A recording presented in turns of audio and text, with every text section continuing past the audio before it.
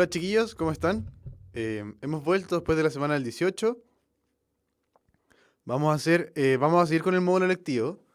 Acuérdense que están todas las clases online ya. He subido los PPT, está todo arriba, para que vayamos estudiando para la prueba. Ya nos queda poquito, muy poco. Y vamos. Entonces, hemos estado hablando de las últimas semanas de el- la electricidad, ¿cierto? Electrones moviéndose, em, las cargas, las fuerzas, los campos eléctricos. Y ahora nos toca ver la ley de Ohm, los circuitos eléctricos y el consumo eléctrico en la casa. Esto sí, es el módulo electivo. Acuérdense que ya vimos el módulo común. Ya está todo visto el módulo común, así que todos los que vieron el módulo común no tienen nada más que ver y no me tienen que ver nunca más la cara. Qué bueno, qué divertido. Ya. Démosle entonces con la ley de Ohm. Entonces yo les voy a decir la definición de la ley de Ohm y ustedes van a entender al tiro, no vamos a tener que explicar nada. ¿Ya? Una vez más, no traje los lentes, así que no veo nada. Así que si me acerco un poco a la cámara es porque me estoy acercando a la pantalla porque no veo. ¿Ok? Dice, la ley de Ohm establece que la diferencia potencial V, que aparece entre los extremos de un conductor determinado, es proporcional a la intensidad de corriente que circula por el citado conductor. Ohm, que es el caballero que hizo la ley, completó la ley introduciendo la noción de resistencia eléctrica, R. Entonces, ¿cómo quedó esto? Primero el señor Ohm, que creo que era alemán, se dio cuenta de que el voltaje, ¿sí?, era proporcional a la corriente. Entonces, mientras más voltaje yo le ponía a un cierto circuito, esta cosa aumentaba su corriente, ¿sí? Y luego dijo que la constante proporcionalidad era este R. Este R representa la resistencia, ¿sí? Ahora, el problema es que si yo les digo eso, ustedes claramente me van a decir como, pero ¿qué es el voltaje? ¿Qué es la corriente? ¿Y qué es la resistencia? Y yo les voy a tener que explicar qué es el voltaje. Entonces partamos con las definiciones y vamos a ir haciendo como apartados de ejercicios aparte para ir vinculando todas estas cosas, ¿ya? La idea es ver la ley de Ohm, ver qué es voltaje, qué es intensidad, qué es resistencia, usarlo en un par de ejercicios, después ver los circuitos, cómo funcionan los circuitos en la casa y el consumo de la potencia eléctrica, ¿ya? Que es básicamente lo que está en el temario del DEMRE en online, demre.cl/temario física, creo. O si no lo ponen en Google, DEMRE temario física. Ya, pues entonces, ¿qué es el voltaje? El voltaje es un potencial eléctrico y es el potencial eléctrico en un punto. ¿Y qué es el potencial eléctrico? Bueno, es el trabajo que debe realizar un campo eléctrico para mover una carga positiva desde el punto en donde estoy calculando hasta otro punto de referencia. O sea, imaginen el campo de gravedad. Tengo que levantar... acá hay un vaso. No se ve muy bien. Ya, ahí hay un vaso. Entonces tengo que levantar este vaso y yo tengo que ejercer un trabajo porque estoy fuerza por distancia, ¿sí? Ahora, es el mismo concepto, pero el que hace el campo, el que hace la fuerza, ya no es mi mano, sino que es un campo eléctrico, ¿sí? Si se acuerdan cómo era el campo eléctrico son puras líneas, ¿sí? Que me dice hacia dónde me voy a mover yo si es que estoy en un cierto punto. Me paro acá, mi mano, donde está mi mano, y las flechas del campo eléctrico me dicen hacia dónde me debería ir, si es que soy positivo. Si es que soy positivo, me paro en este punto y me iría hacia mi derecha. No sé cuál es su... Es mi derecha. ¿Qué pasa entonces si viene una carga y quiero trasladarla desde acá afuera y ponerla acá adentro? Sería como ir en contra, ¿sí? Entonces tengo que darle eh, energía para que se mueva. Porque si no, no va a poder realizar el trabajo, ¿sí?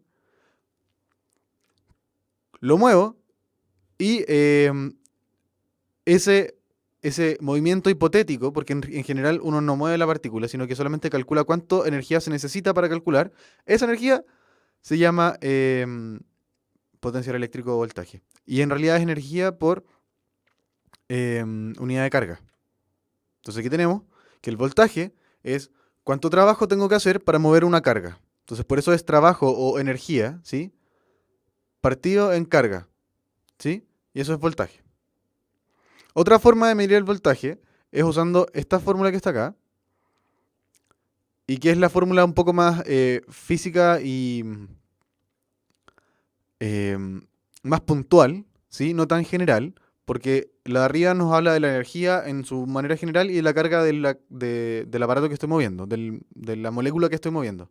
¿Sí? Esta de acá me habla algo mucho más espacial que tiene una relación con el radio. ¿Sí?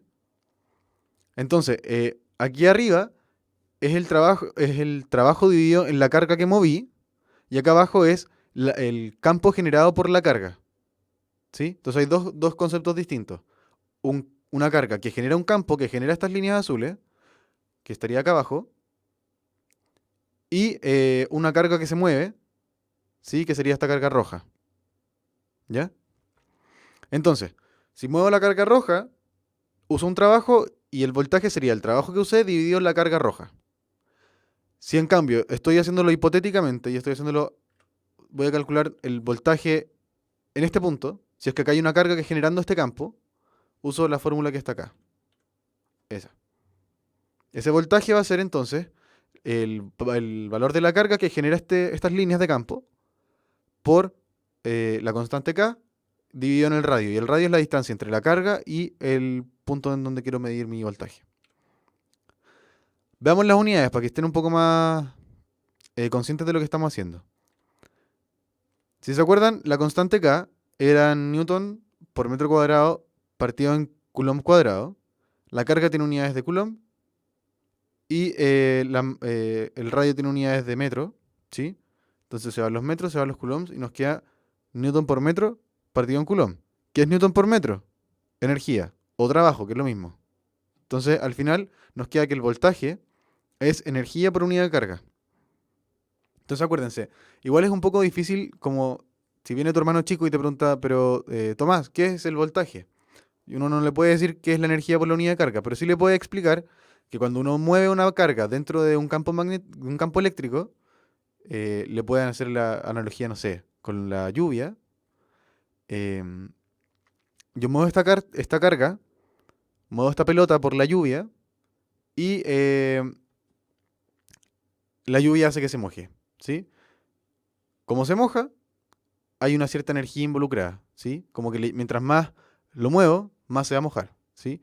Y la carga vendría siendo como el tamaño de la pelota. Mientras más grande la pelota, más se moja, ¿sí? Entonces sería como, eh, ¿qué tanto me mojo cuando voy por la lluvia? Eso es como el voltaje. ¿Cuánta energía necesito para moverme por unidad de carga? ¿Ya? Al final, entonces, esta misma definición se puede transformar en esta que está acá abajo, que es de trabajo por carga, ¿sí? Entonces así es como terminamos la primera definición. La ley de Ohm entonces relacionada al voltaje, la intensidad de corriente y la resistencia. Esas tres cosas ya definimos una, ¿sí? Vamos con la otra. Em, pero antes vamos a hablar de la diferencia de potencial. ¿Por qué la diferencia de potencial? Porque en general yo no voy a trasladar... A ver, quizá lo tengo acá. No. En general yo no voy a trasladar la carga desde este punto hasta este punto, ¿cierto? Quizás yo quiero trasladarla desde un punto un poco más lejano al origen, ¿sí?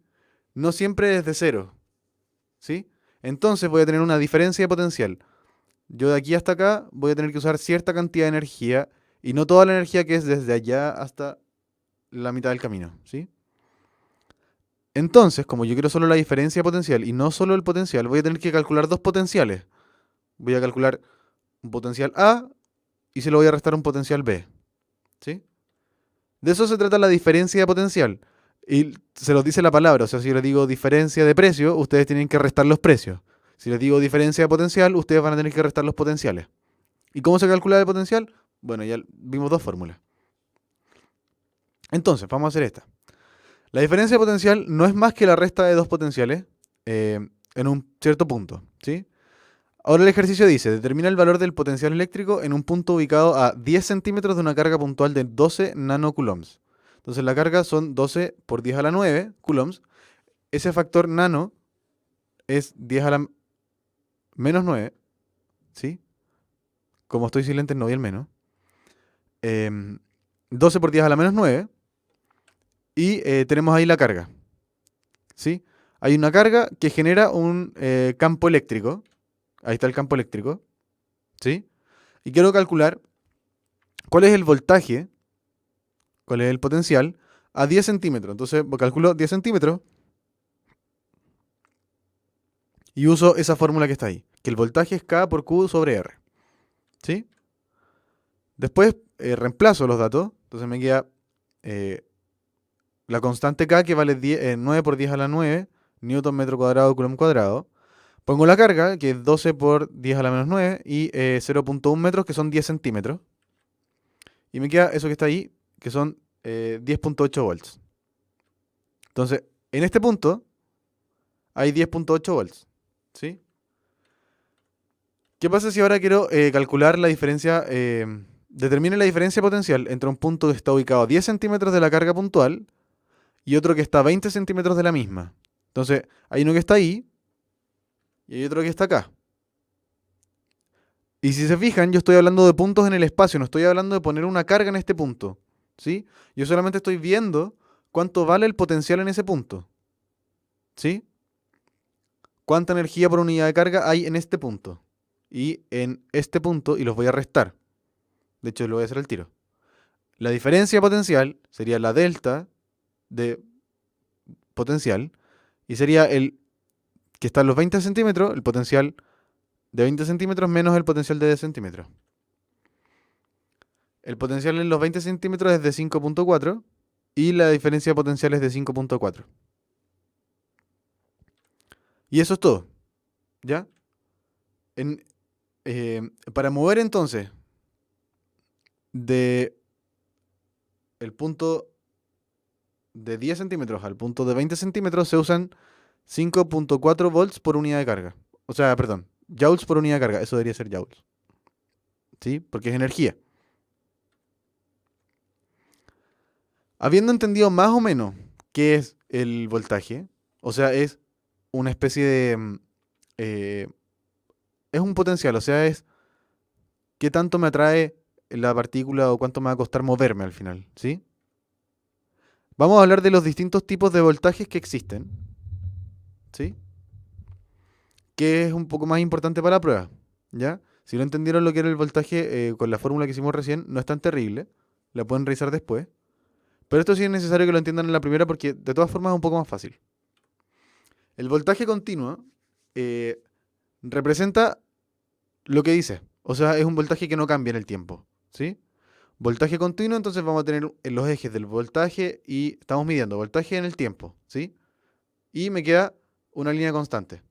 Esa línea constante representa entonces, por ejemplo, en un circuito en el que tengo una pila o una batería que, tiene que entrega voltaje continuo. ¿Sí? O sea, que no va cambiando su carga. ¿Sí? Entonces, dibujé acá este circuito y vamos a comenzar a definir un poco qué son los circuitos. ¿Sí? Este circuito, y en general todos los circuitos, están compuestos de conductores, que son estos cables, o líneas en este caso, porque no voy a hacer el grosor del cable, pero se entiende. Em, Está el conductor y tengo una fuente. Esta fuente, que es un voltaje, hace que se muevan los electrones. ¿Cómo hago que se muevan los electrones? Tengo que ponerle polos. O sea, va a haber que tengo que tener una carga que sea positiva y una carga que sea negativa, porque si no, no va a haber movimiento de electrones. Si esto está neutro, así tal cual, los electrones que están en este pedazo de cable, ahí, no van a comenzar a moverse porque no tienen por qué, ¿sí? Si yo pongo acá un polo negativo y pongo acá abajo un polo positivo, voy a comenzar a que los electrones que están acá, ¿cierto? Se quieran venir hacia el polo positivo y los que están acá se quieran ir del polo negativo. Entonces se van a comenzar a mover y van a hacer un movimiento cíclico. Y eso se le llama corriente. Entonces aún no vemos qué es la corriente, pero ya sabemos que más o menos cómo se representa. Entonces, de notación. O sea, con respecto a la notación, el voltaje se representa con dos barras paralelas. ¿Sí? Esas dos barras paralelas, la más chica representa el polo negativo y la más grande representa el polo positivo. ¿Sí? Acuérdense que todo esto surgió cuando hicieron cuando le pusieron los nombres a las cargas, así como ya, tú eres positivo y tú eres negativo, nunca pensaron que la carga negativa era la que se movía. ¿sí? Siempre dijeron, no, es que es la carga positiva la que se mueve. Y después se descubrió que el núcleo era positivo y no se podía mover, no podían moverse las cargas positivas, solo se movían los electrones. Entonces, quedó una especie de error, ¿sí? Pero lo importante es que podemos analizarlo porque ya sabemos la física que está detrás. O sea, sabemos que a la parte positiva se van a ir los electrones y a la parte negativa se van a ir la carga positiva. Entonces, si tengo una carga positiva, se va a mover en esa dirección porque va a querer seguir el camino que lo lleva al negativo, ¿sí? Se siente atraído por los negativos. De hecho, si se viene hacia el positivo, va a ser una fuerza repulsiva, va a sufrir una fuerza repulsiva y se va a ir al final, ¿sí? Si tengo una carga negativa, la misma historia, ¿sí? Como tengo la carga negativa, se va a ir hacia el polo positivo y va a huir del polo negativo, ¿sí? Va a haber una especie de repulsión. O sea, no va a haber una especie de repulsión, va a haber una repulsión, ¿ya? Entonces, como el voltaje es continuo, estamos hablando de los tipos de voltaje, como este voltaje es continuo, va a ser constante en el tiempo, ¿cierto? No va a cambiar. Entonces la velocidad con la que se muevan estas cosas va a ser siempre la misma, ¿ya? ¿Cómo se representa eso? Eh, con cargas que se muevan de igual forma mientras dure este voltaje, ¿sí? Entonces voy a hacer correr el tiempo y si se fijan ustedes, van a moverse las cargas, ¿sí? Entonces ahí se movieron las cargas. Y esa es la idea, o sea, las cargas se van a ir moviendo a una especie de paso regulado porque tienen una especie de velocidad constante porque el voltaje es continuo, ¿sí? Es una especie de velocidad constante porque no es así, la velocidad va creciendo porque está acelerado. Ya, pues entonces, tenemos ya definido el voltaje continuo. Vamos con el voltaje alterno. Entonces, si les dije que el voltaje continuo era una cosa que estaba sostenida en el tiempo y que no cambiaba, significa entonces que el voltaje alterno va a ir cambiando en el tiempo, ¿sí? Va a haber veces que es positivo, va a haber veces que es negativo, va a haber veces que es muy alto, va a haber veces que es más chiquitito, va a haber veces que es cero, y así. Es un voltaje que cambia, ¿sí? Cuando ustedes le digan voltaje alterno, para efectos de la PSU, solo piensen en un voltaje de este tipo, que es un voltaje oscilatorio, se llama sinusoidal, porque tiene la forma de una función seno, que da lo mismo, lo importante es que va cambiando, ¿sí? Lo importante es que sube y baje de manera periódica y que no sea una cosa loca. ¿Por qué? Porque hay voltajes, de repente que son de distintas formas, después los vamos a ver. Ya, pues entonces, ¿cómo se representa en la notación del circuito? Entonces tenemos los cables de nuevo, ¿sí? Tenemos las dos cargas y acá tenemos un voltaje alterno. ¿Cómo yo represento este voltaje alterno? Con un círculo y con una especie de una ola adentro de este círculo, ¿ok? Ya, pues entonces, como es un voltaje alterno que va cambiando en el tiempo, vamos a tener que las cargas, en vez de ir moviéndose como lo teníamos antes, en una posición, en una dirección continua, ¿cierto? Que van siempre para el mismo lado, va a haber veces en que esto va a ser positivo, este negativo, luego se van a cambiar porque cambia la polarización de esta cosa, del voltaje, entonces cambia la polarización y va para el otro lado. Entonces al final va a terminar en una oscilación de la partícula cargada en el cable, ¿sí? Entonces, comencemos a movernos, nos movimos un poco y cambiamos la polarización, nos dejamos de mover y como el negativo está moviéndose hacia mí y ahora los negativos están conmigo, el negativo finalmente se va a comenzar va a comenzar a ser repelido, mientras que el positivo va a ser atraído, ¿cierto? Entonces, en vez de seguir el movimiento que seguía con un voltaje continuo, que era en una sola dirección, va a cambiar su dirección, se va a ir para el otro lado, se va para el otro lado, se va para el otro lado, y luego estamos en esta parte en la que nuevamente cambia su polarización, se cambia el orden de esta cosa, y el positivo queda acá, el negativo queda arriba, y entonces me pasa lo mismo con el positivo. El positivo, la carga positiva va a ser repelida por este polo positivo y va a ser atraída por el negativo, y al revés con la carga negativa, entonces se va a comenzar a mover en el otro sentido. Entonces vamos a tener esa oscilación que les dije al principio, producida por el voltaje alterno. Entonces finalmente no voy a tener una carga que recorra todo el circuito, ¿cierto? Esa carga no va a recorrer todo el circuito, sino que va a comenzar a oscilar en el cable, ¿sí? Y esa oscilación también produce electricidad y es la electricidad más usada, porque es más fácil de producir, ¿ya? Vamos entonces con la corriente eléctrica. Ya definimos súper bien, con lujo de detalle, qué corresponde a cada cosa en el voltaje, ¿sí? El voltaje, entonces teníamos dos tipos de voltaje, eh, alterno, continuo, y el voltaje lo habíamos definido como energía por unidad de carga, ¿sí? En un cierto punto del espacio. Ya, entonces, ¿qué es la corriente?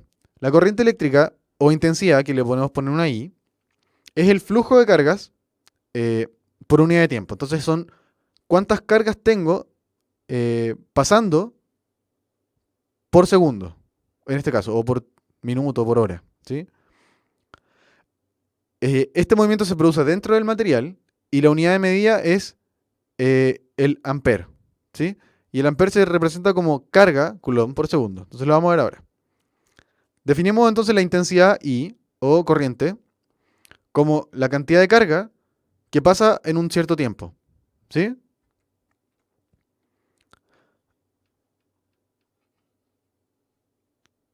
El computador se quedó pegado. Ja, ja, ja.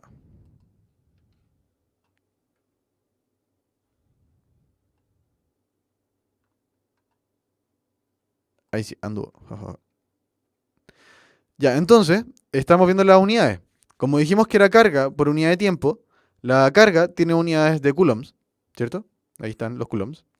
Y el tiempo tiene unidades de segundo. Entonces, coulomb por segundo es igual a ampere, que es lo que les puse acá. Vamos a hacer un ejercicio pequeño. Por la sección transversal de un alambre pasan 10 coulombs en 4 segundos. Calcule la intensidad de corriente eléctrica. Entonces, ¿qué se refiere por sección transversal? Por sección transversal, vamos a pensar en este cable y la sección transversal es ese trocito de aquí. O el trocito de... Me cortaron la mano. El trocito de acá. ¿Sí? Ese es como cortar imaginen cortar su mano de esta forma, perpendicular, ¿cierto? Al brazo. Y va a quedar, bueno, el hueso, ciertas cosas ahí, el músculo, no sé qué. Pero eso yo le llamo sección transversal. ¿Ya? Un poco extremo el ejemplo, pero era para que se entienda cuál es la sección transversal. Entonces tengo una sección aquí en la que están atravesando los electrones, pasan muchos coulombs, ¿cierto? Y de hecho pasan 10 coulombs en 4 segundos.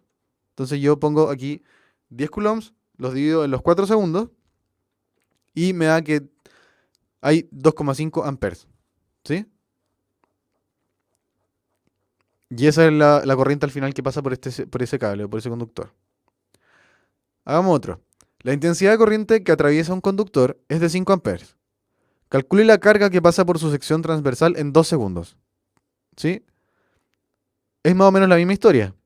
Tengo esta ecuación, la modifico para despejar la carga, y tengo la intensidad y tengo el tiempo. La intensidad son 5 y el tiempo son 2. Entonces aquí la carga que pasa en ese tiempo son 5 amperes por 2 segundos y me dan 10 coulombs. ¿Sí? La misma historia. Ya, pues entonces, vamos ahora a hablar de los tipos de corriente que se generan con los diferentes tipos de voltaje. ¿Sí? Cuando yo tengo una corriente provocada por un voltaje continuo que no cambia en el tiempo, significa que el flujo de estos electrones, ¿sí? O de esta carga, es siempre en una dirección. O sea, es siempre continuo. ¿Sí? Entonces, la corriente continua se refiere al flujo de cargas que es generado por el voltaje continuo. ¿Sí? Y ese voltaje continuo significa que siempre es positivo acá y siempre es negativo acá. Y siempre tiene la misma diferencia de potencial. Siempre tienen la misma energía por unidad de carga. Entonces, si se fijan, tiene todo el sentido del mundo. Por eso a Ohm se le ocurrió, al señor Ohm, de la ley de Ohm, se le ocurrió decir, bueno, si el voltaje sube, nosotros notamos que la corriente sube. Y tiene sentido porque le estoy dando más energía para que se mueva. Si el voltaje baja, la intensidad también baja. Entonces se dio cuenta, bueno, hay una proporción. Si este sube, si este baja, entonces tiene que haber algo que lo está regulando. ¿ya? Y a eso se le llamó resistencia después. Entonces, em, esta corriente continua es una intensidad que es constante en el tiempo, es la misma historia que el voltaje continuo, y viene del voltaje continuo. Entonces aquí tenemos de nuevo un voltaje que tengo el signo negativo arriba con la barrita más chiquitita, la barrita más grande tiene la polarización positiva, y hago que estas cosas se muevan, ¿cierto? Y se van a mover de manera continua dentro de este circuito. Van a ir y moverse cargas, ¿ya? Un ejemplo es la pila. Entonces ahora vamos a analizar la pila. La pila es... em, son dos en general barras de algún metal. En este caso puse cobre y plata, que están reaccionando con un un sistema, una solución electrolítica. La cuestión es que le están quitando electrones, de alguna forma. A alguien le quitan y a alguien le ponen electrones, ¿sí? La idea entonces de esta solución es generar una falta o un exceso de electrones, ¿sí? Entonces, a alguno le tiene que faltar electrones y al otro le tienen que sobrar electrones.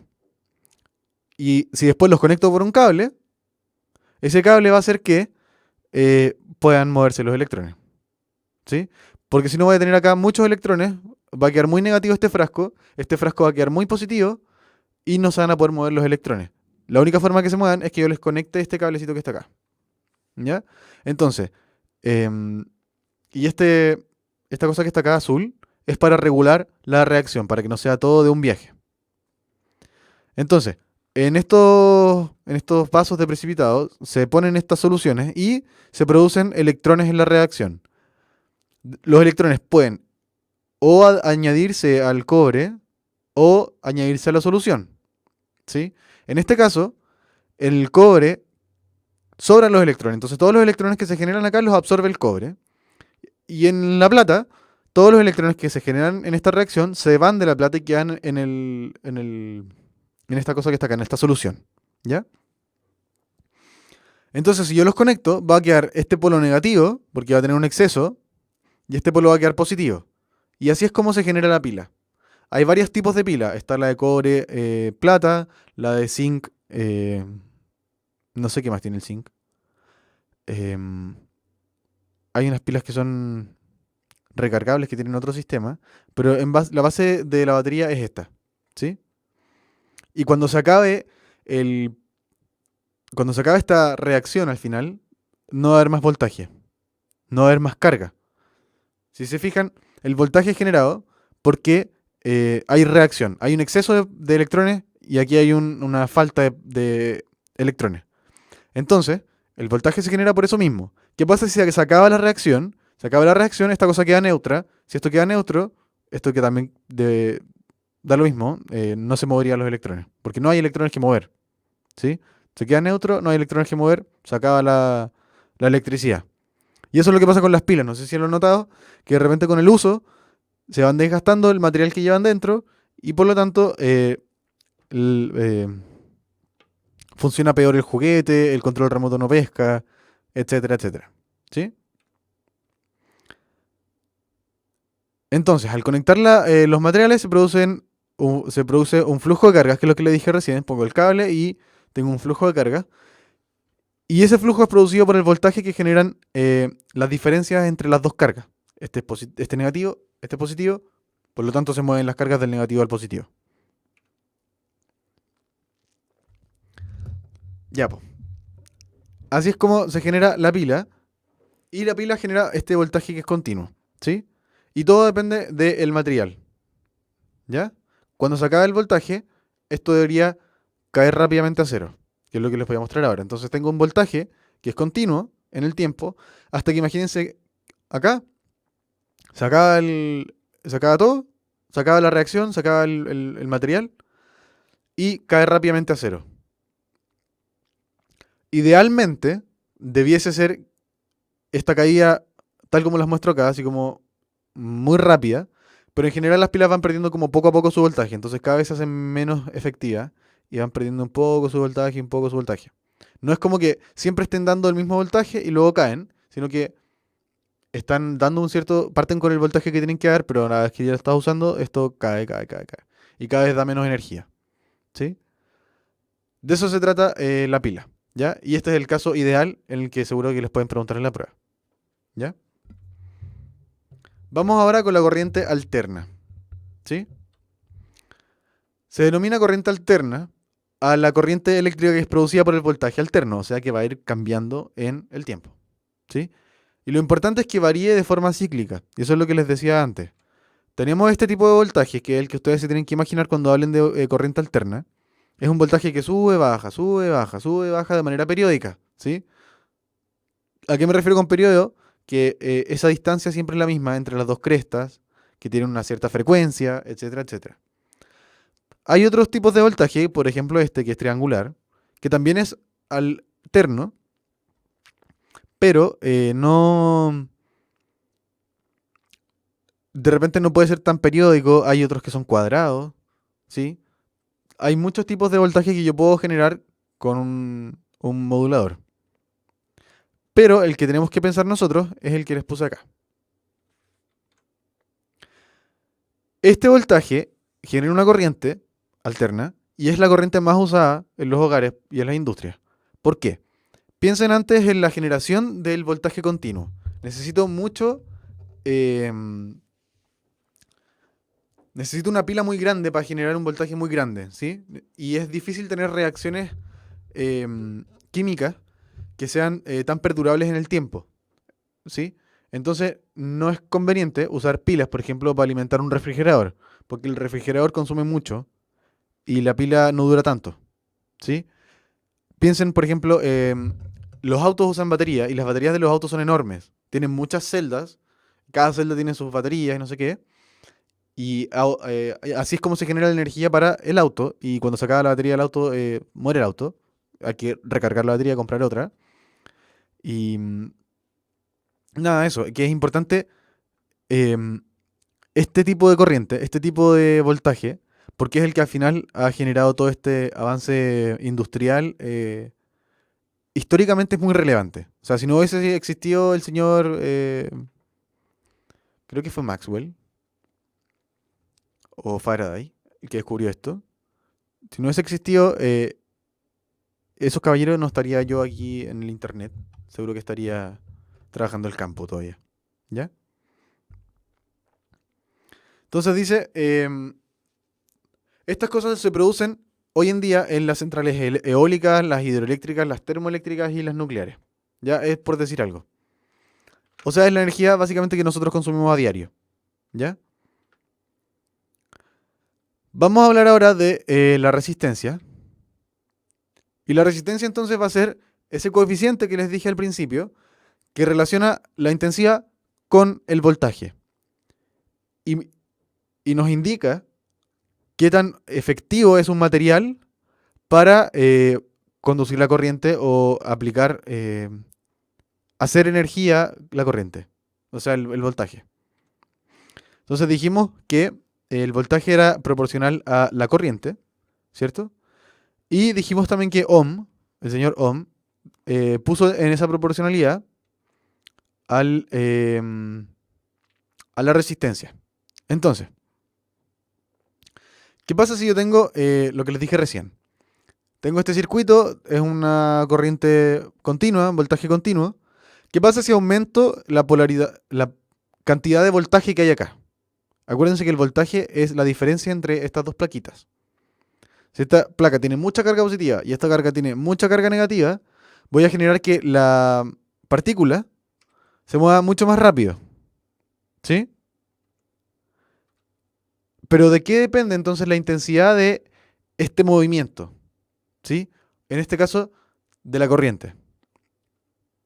¿De qué depende el transporte de los electrones? ¿Sí? Yo quiero pasar de este caso, de un caso que tengo un movimiento normal, porque tengo una carga pequeña que genera voltaje, y ahora tengo un movimiento mucho más brusco, porque la carga que pongo es mucho más grande. ¿Ya? Entonces, ¿de qué depende? Porque hay veces que funciona bien y otras veces que funciona mal. Bueno, depende de muchas cosas. Depende del tipo de material, porque hay materiales que no son buenos conductores de por sí, porque no nacieron buenos conductores y no hay nadie que los pueda hacer buenos conductores. Por lo tanto, eso yo tengo que cuantificarlo en un número. Tengo que ponerle números a eso, ¿sí? Porque yo en el laboratorio no puedo llegar y decir, bueno, este va a servir y este no, porque me tincó. Entonces tengo que ponerle un número y eso lo llamo resistividad. La resistividad entonces va a ser eh, qué tan resistente es un material a la conducción de la corriente. Luego también influye el largo del material. ¿Por qué el largo del material? Imaginen tengo un material pequeño. Si aumento su largo al doble, ¿sí? Aumento su largo al doble, significa que tengo que recorrer más material, ¿sí? Si tengo que recorrer más material, me va a costar mucho más. Entonces, mientras más largo sea el material, más grande va a ser la corriente. En cambio, em, si considero el ancho del material, es distinto. ¿Por qué? Porque si se acuerdan, la corriente era la cantidad de electrones por unidad de tiempo. Entonces, piensen en un túnel, ¿sí? Si el túnel es pequeño, van a poder pasar pocas personas por el túnel. Si yo agrando el túnel, más personas van a poder salir del túnel, ¿cierto? Si yo alargo el túnel, a las personas se les va a hacer más difícil salir del túnel, ¿cierto? Entonces, el largo del material vendría siendo como el largo del túnel. Mientras más largo, más difícil va a ser atravesar el túnel. El ancho del material nos va a hablar de qué tan amplia es la salida del túnel. Mientras más grande sea la salida del túnel, bueno, menos me voy a demorar porque va a haber menos tráfico, va a haber menos posibilidad de que haya un taco, por ejemplo. ¿Sí? Y el tipo de material vendría siendo como el tipo de material que hay dentro del túnel. O sea, si es un material que me permite, no sé, andar en auto, por ejemplo, bueno, quizás la gente prefiera usar el auto y cruzar el túnel en auto que a pie. Pero ¿qué pasa si el túnel es, no sé, es de, no sé, piedras muy difíciles para los autos y que se rompen los neumáticos, no sé? Entonces la gente va a tener que atravesarlo a pie, entonces va a ser más lento el traspaso. Eso va, esas cosas van a em, caracterizar a cada material, ¿sí? Y a cada resistencia. Entonces, depende del material, depende del largo del material y del ancho del material, ¿ya? Y esos son términos geométricos que van a definir a la resistencia. Entonces, esa resistencia que encontró el señor Ohm, ¿sí? Esa R que está acá, em, tiene esa relación. Depende de la resistividad, el largo y la superficie del material, ¿ya? ¿Qué unidades tiene esta cosa? Entonces, veamos. Nosotros sabemos que la resistencia tiene unidades de ohm, ¿cierto? ¿Qué unidades tiene la resistividad? Bueno, el largo tiene unidades de metro, la superficie tiene unidades de metro cuadrado, ¿sí? Paso todo a este lado y nos queda, ese metro se cancela con este metro cuadrado, me queda un metro abajo, ese metro abajo lo paso multiplicando y me queda ohm por metro. Y esa es la unidad de la resistividad, ¿ya? Eso no nos dice necesariamente eh, que, que la resistividad se refiere a cuántos ohms hay en un metro de material, sino que recuerden que la resistencia también tiene que ver con la superficie del material, ¿sí? Mientras más grande sea el material, mientras más ancho va a ser menos, o sea, la resistencia va a ser más baja. Vamos a hacer un par de ejercicios y nos vamos a ir a un pequeño recreo. Entonces dice, un conductor, no un conductor, no un chofer, sino que un material conductor, de 50 metros de longitud tiene una resistencia de 10 ohms y un radio de 1 milímetro. Calcule el coeficiente de resistividad. Entonces tenemos que poner la fórmula. El R es el ρ por el largo sobre LC. Calculamos, despejamos el ρ y nos queda R por S. Pasamos el S para acá, el L dividiendo. Nos queda R por S dividido L. El radio del conductor era 1 milímetro. Tenemos que calcular entonces la superficie de esa sección eficaz. La superficie es pi por el radio al cuadrado porque estamos asumiendo que es un conductor cilíndrico. O sea que acá hay un círculo. Pi 3.14, el radio al cuadrado es 0.001 metros, porque son milímetros. Eso va al cuadrado. Y nos queda 3 por 10 a 3.14 por 10 a la menos 6 metros cuadrados. Ponemos ese número, que era la superficie, en la ecuación de acá. Es cosa de poner los números nomás. 10 ohms por ese número dividido 50 metros, que es el largo. Y eso nos da 6.28 por 10 a la menos 7 ohms por metro. Esta, yo sé que en la prueba es complicado como entender esto, pero las ecuaciones que son importantes en esta parte son súper fáciles, son cortitas y es súper directo, o sea, no hay mucho que pensar. A lo más hay que calcular el área de un círculo. Eso es como lo máximo que les puedan pedir. Lo que sí, podemos hablar de cosas un poco más conceptuales, ¿ya? Por ejemplo, dice, si la resistividad de un material es de 20 ohms por metros, esto significa, ¿qué significa entonces la resistividad? Hablamos recién de la resistividad y sabemos que la resistividad tiene esta ecuación, la resistencia, ¿cierto?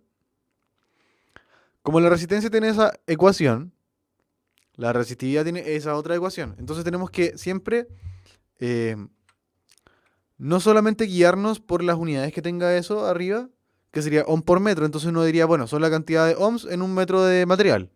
No, porque la resistividad también implica la sección eficaz, o sea, el ancho. Entonces tenemos que buscar una respuesta que involucre el largo, la superficie y la resistencia, o sea, los ohms.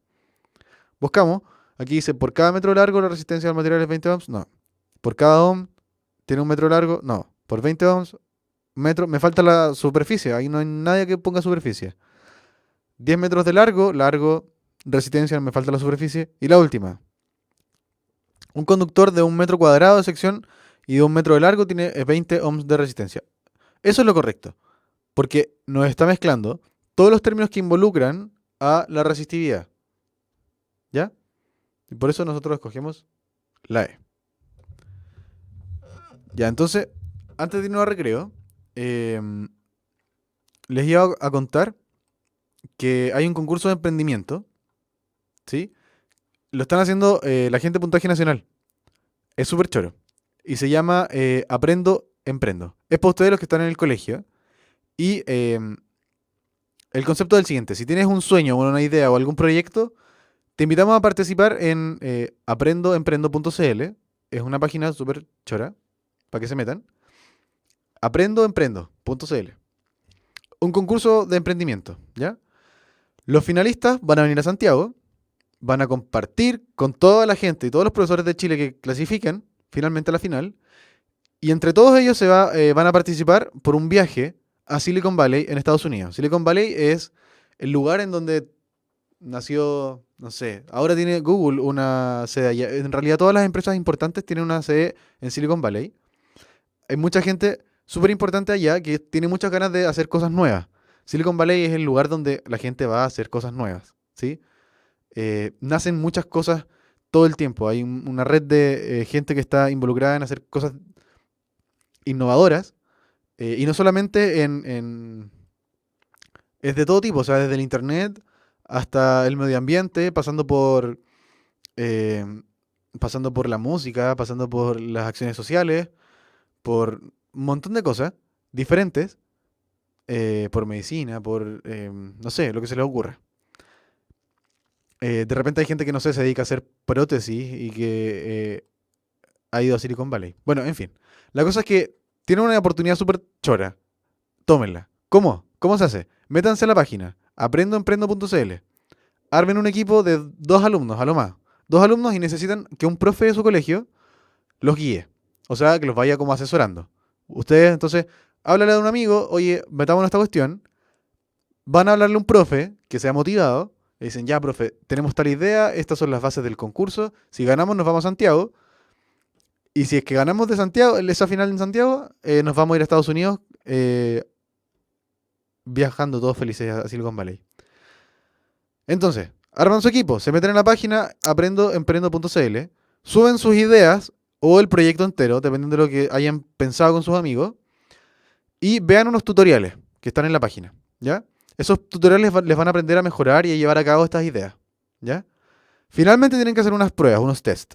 Y con eso se termina la participación. Entonces, en verdad no pierden nada en ir, hablar con el profe, hablar con el amigo, subir una idea, contestar unas preguntas, ver unos tutoriales, y con eso participan y pueden venirse acá a Santiago y participar en el viaje a Silicon Valley. ¿Ya? Cualquier duda que tengan o de la clase o de esta cosa, me las dejan en el chat mientras les doy 3 minutos, que son 180 segundos, para que vayan a tomar agua. ¿Ya? Yo iré a tomar agua. Nos vemos.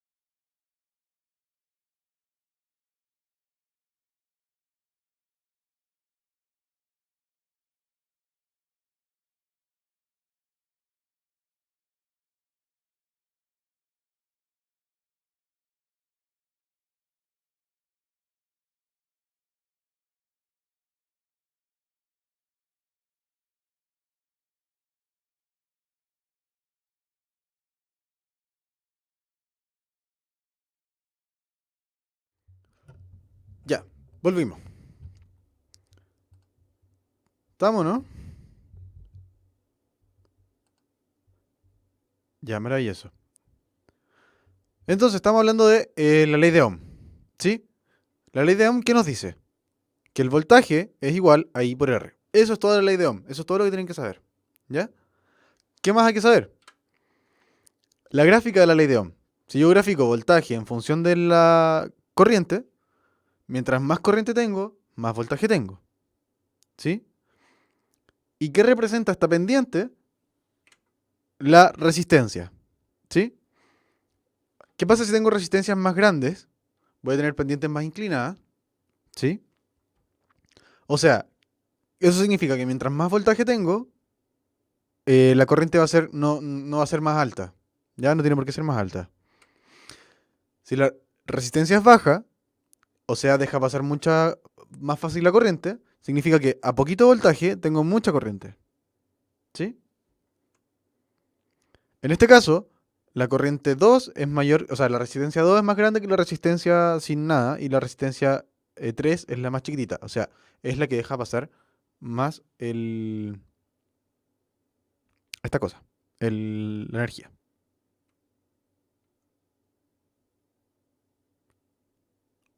¿Qué pasa entonces cuando vamos a hacer un ejercicio? En los extremos de un conductor hay una diferencia de potencial de 2 voltios cuando lo pasa a una corriente de 0,5 amperes. Determine su resistencia. Y es cosa de llegar y poner la fórmula, despejar resistencia y poner los datos. No es nada más que eso, nada del otro mundo. Entonces al final nos queda que la resistencia es igual a los 4 volts que nos... ¿4? Bueno, aquí puse 2. Bueno, imaginen que acá dice 4, me equivoqué. Entonces eran 4 volts, puse 4, 0,5 amperes y los 8 ohms. Siempre me equivoco en lo más fácil. Así que aquí, ojo, que el enunciado dice 2 volts y yo puse 4 volts. Es como cuando uno se equivoca en los signos. Vamos a hacer otro ejercicio veloz. Calcule el voltaje entre dos puntos por el que pasa una corriente de 6 amperes si el circuito tiene una resistencia de 18 ohms. Entonces, la misma historia, tengo que buscar el voltaje. ¿Y qué es el voltaje? I por R. ¿Cuánto vale I? 6 amperes. ¿Cuánto vale R? 18. ¿Cierto? Aquí también me equivoqué. Perdón. Aquí en vez de 3 debería haber sido un 18. Y finalmente, bueno, 6 por 3 claramente es 18, pero el enunciado dice que tiene 18 volts. O sea, 18 ohms. Entonces, olviden los números, solo piensen en que es fácil hacer esto si es que uno pone bien los números. ¿Ya? Después tenemos otro ejercicio. Ojalá que no me haya equivocado esta vez. Eh, Dice, calcula la intensidad que lleva una corriente eléctrica por un circuito en el que se encuentra una resistencia de 3 ohms y presenta una diferencia potencial entre los dos extremos del circuito de 8 volts. Si esto ocurre en un minuto, ¿cuánta carga se movió? Entonces, primero tenemos que buscar la corriente I, ¿cierto? Donde I es B sobre R. Tenemos que pasar dividiendo el R, ¿sí? Son 3 ohms y 8 volts. Por favor, que no me haya equivocado. Ya, muy bien. Puse los 8 volts y puse los 3 ohms. Ya, pues entonces tengo 8 ohms dividido en 3 ohms. 8 volts, perdón, dividido en 3 ohms. Me da 2,6 amperes. Y nos dicen que esto ocurre en un lapso de un minuto. Entonces tenemos que usar ahora la fórmula de acá, I igual Q sobre T, y despejar carga. Porque es lo que nos están preguntando. ¿Cuánta carga atravesó el material? En este caso, la carga es I por T, y nos queda esta cosa que está acá. La corriente I, 2,6 amperes, por los 60 segundos, que es un minuto. Recuerden que hay que ponerlo en segundos, porque amper lleva segundos. Y eso nos da 160 coulombs.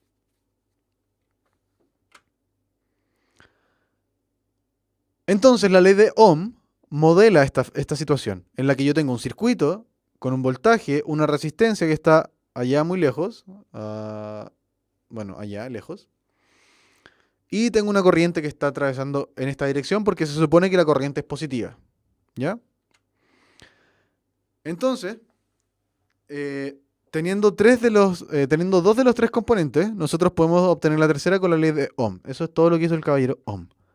Luego, se da cuenta de que, bueno, en general uno no va a tener solamente una resistencia, y tampoco va a tener solo una fuente de emisión, y tampoco va a tener solo un cable. Pero nosotros nos vamos a ir por lo más fácil ahora, y os voy a explicar qué pasa si es que tengo más de una resistencia. Entonces va a haber distintas formas de configurar esas tres de resistencias que vamos a poner ahora. Entonces, Aquí nos comentan que alguien se sacó un 7 en una prueba de la ley de Ohm. Muy bien. Felicitaciones para ti. Eh, Ojalá que hayas sabido hacer este ejercicio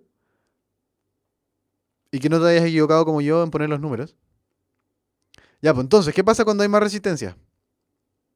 Yo lo puedo poner de esta forma, puedo organizarlo de distintas maneras en la que de manera independiente eh, las, las conexiones sean permitan el paso a la corriente. Entonces, vamos a definir entonces el circuito en serie. ¿Ya? El circuito en serie es lo que están viendo acá y es particularmente en el que todas las conexiones, ¿cierto? Todos los terminales de estos dispositivos están conectados secuencialmente. O sea, uno seguido del otro. Y no hay ningún corte o algún otro cable que interfiera. Y ese es el concepto de el circuito en serie. ¿Sí? Circuito en serie, entonces, es una cosa que es secuencial. ¿Ya? ¿Cómo yo puedo calcular entonces la ley de Ohm si es que tengo un circuito con mucha resistencia? Voy a tener que siempre calcular la resistencia equivalente. ¿Ya?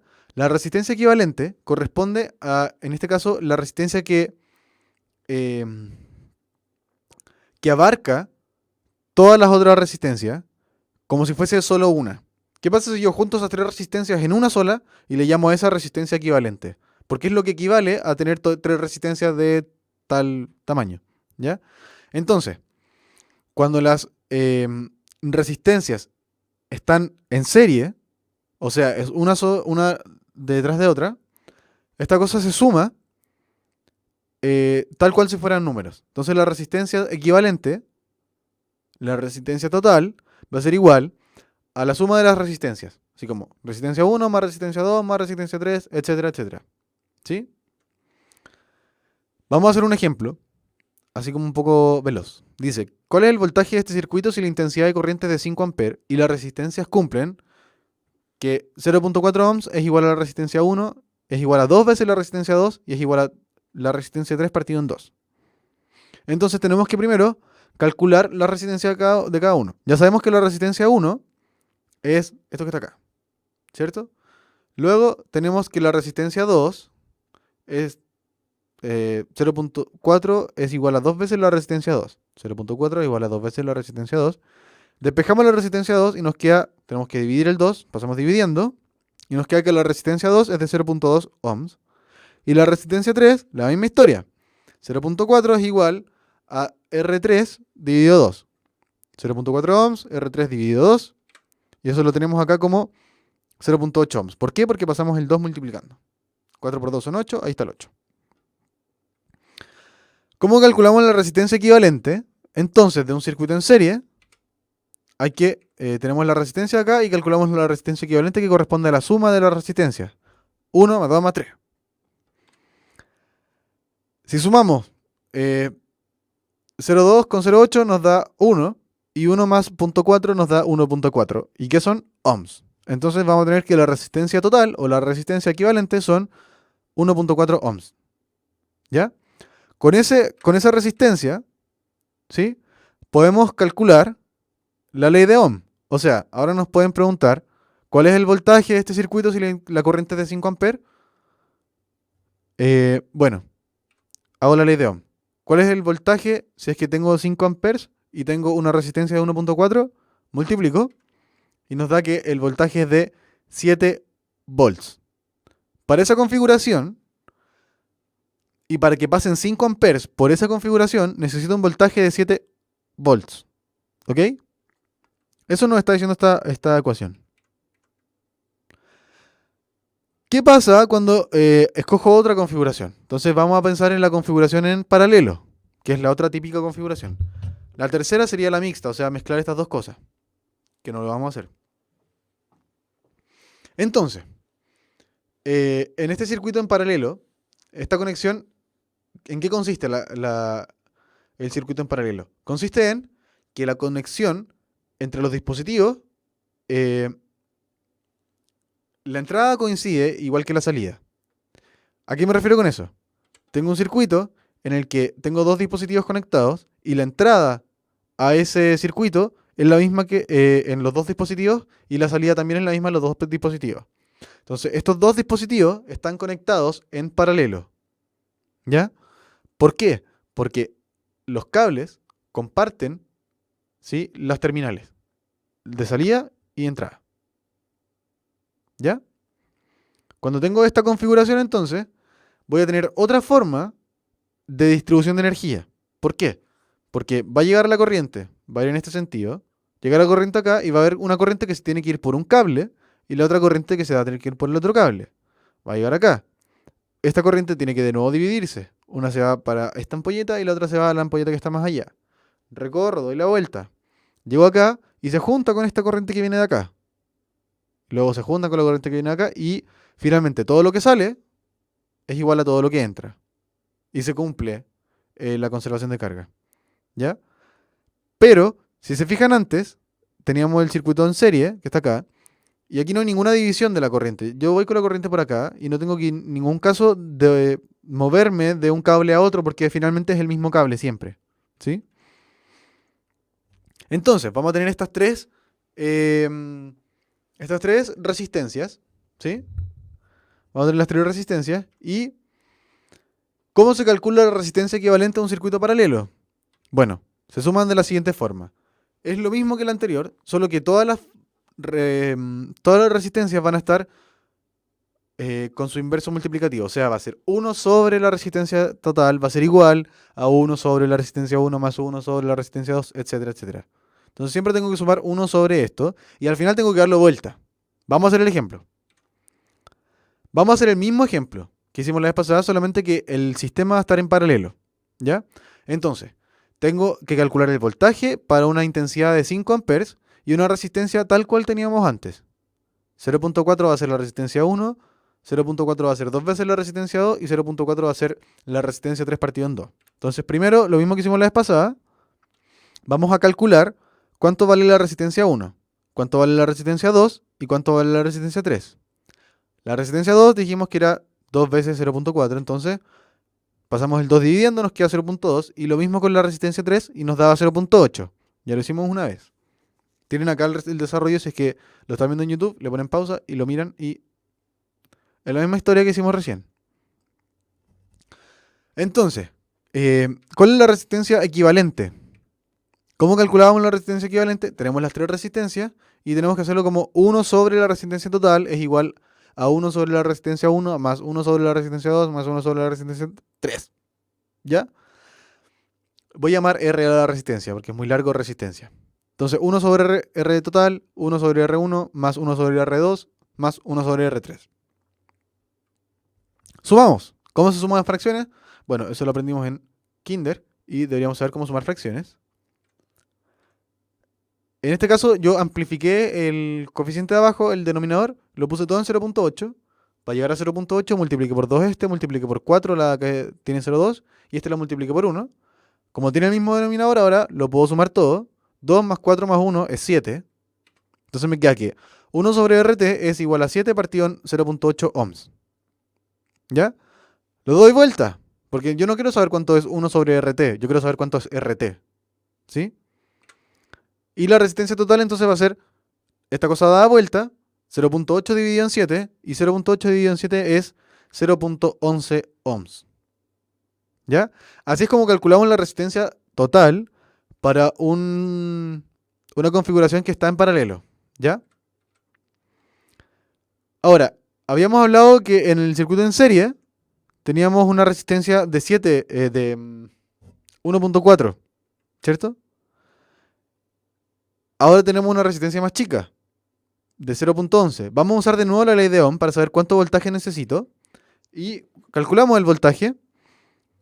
Sabemos que son 5 amperes y sabemos que son 0.11 ohms. Y eso nos da 0.55 volts.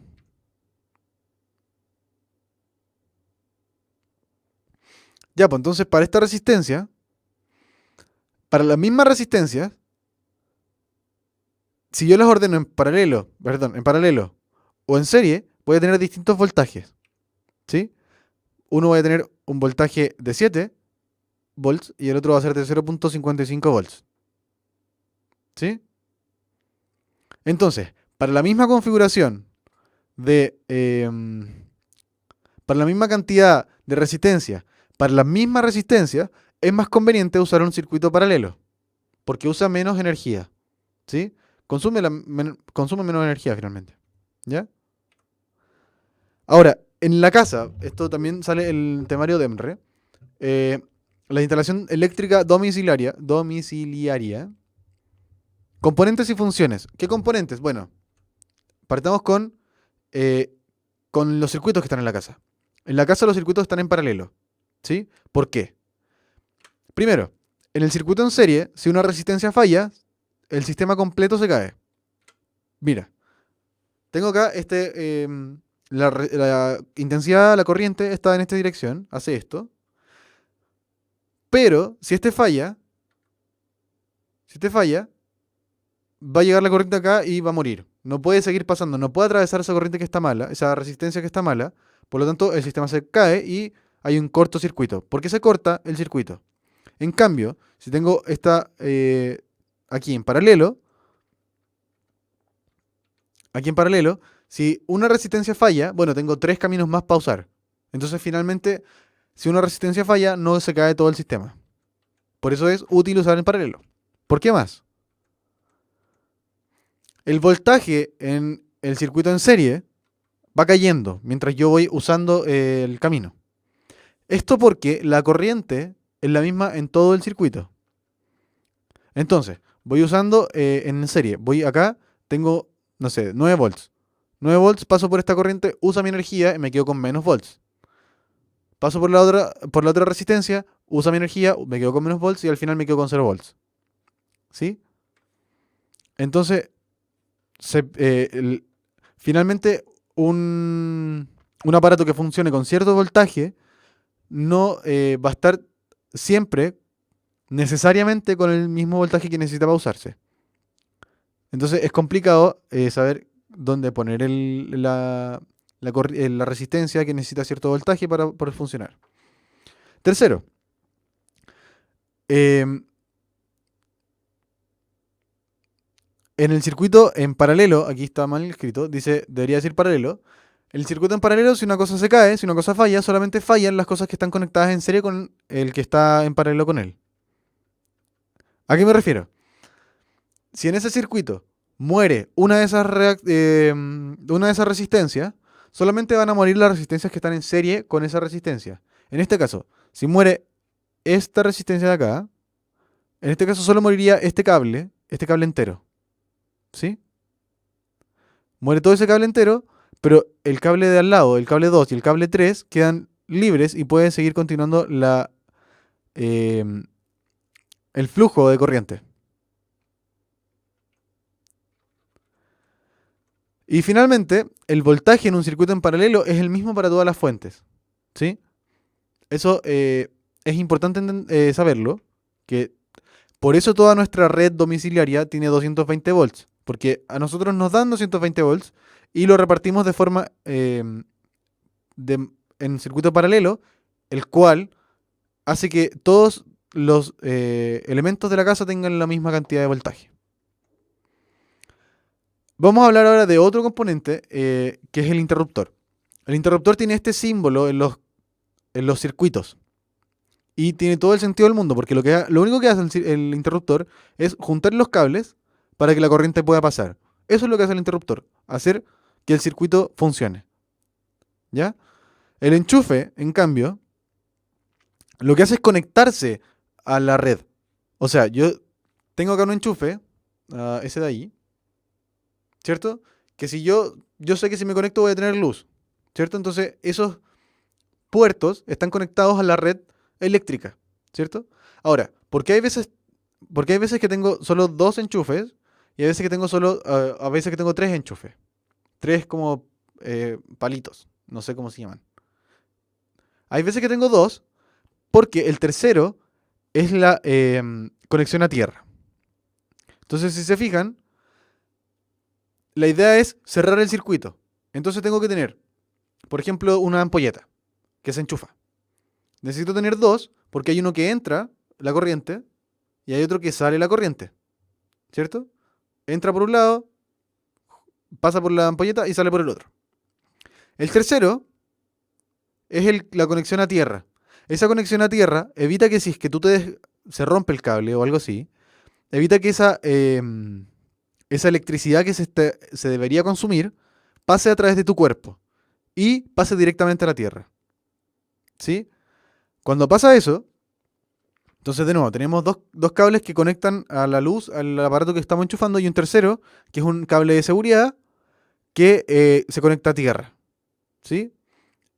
Ese conector a tierra es para que evitar las descargas del usuario. O sea, si es que el cable se rompe, imagina uno de estos dos cables se rompe, la luz, la corriente va a pasar a través de tu cuerpo, ¿cierto? Para evitar eso, pasa a través de la tierra directamente. ¿Ya? Cuando pasa eso, en general, las casas tienen fusibles, ¿sí? Yo sé que es típico que han escuchado que alguien habla de que se quemó el fusible, y es tal cual lo que hacen los fusibles. Los fusibles son estos tubitos que tienen un filamento acá, que cuando la corriente es baja, ese filamento es un conductor. Entonces pasa la corriente a través de esto.